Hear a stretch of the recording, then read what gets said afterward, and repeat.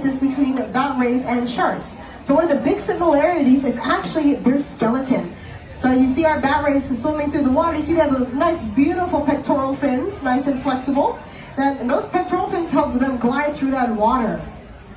Now, those pectoral fins are flexible because they are made out of cartilage. So just like sharks, bat rays have a skeleton made out of cartilage. Now, if you want to know what cartilage is on your own body, if you wiggle your nose or your ears, you'll feel how flexible they are. And that's because your nose and ears are made out of the same exact material, so nice and flexible.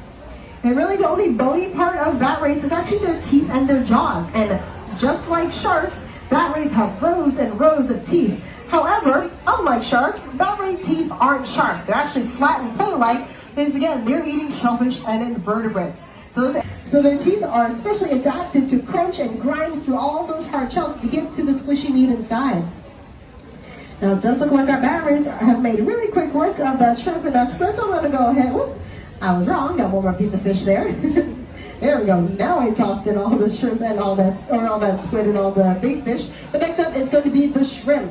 Now, we like to call this item the bat ray chocolate. So you all might be wondering, why isn't she tossing in all this food at once and said she's doing this specific order? And the answer is, actually our bat rays are like 4-year-olds. They have their favorite foods and not so favorite foods, and they will pick and choose their favorites out of the entire box. So I want to make sure that they do get nice well-balanced diet. Also make sure they eat all the healthy stuff first before I move on to the shrimp. Because if I were to toss in all this food in the bucket all at the same time, they would go after all the shrimp first and then leave the squid and baitfish behind for all of the roommates.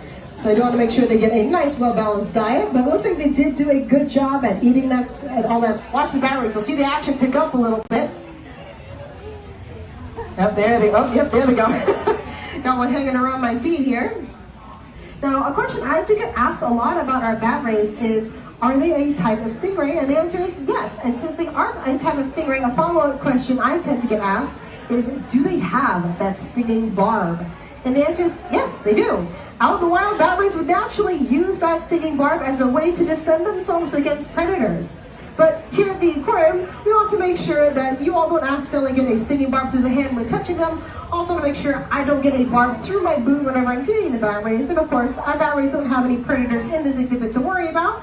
So what we will do is our animal care team can actually trim and file down their stinging barb. It usually grows back every couple of months or so. So we'll go ahead and give them a nice little manicure on the tail. I guess you could say it's almost like a bat rays version of a pedicure. But we'll do that every few months as their barb grows back. But naturally out in the wild, they would use that barb as a form of defense against predators. So it definitely comes in handy. Yeah, these two are telling me to keep tossing it.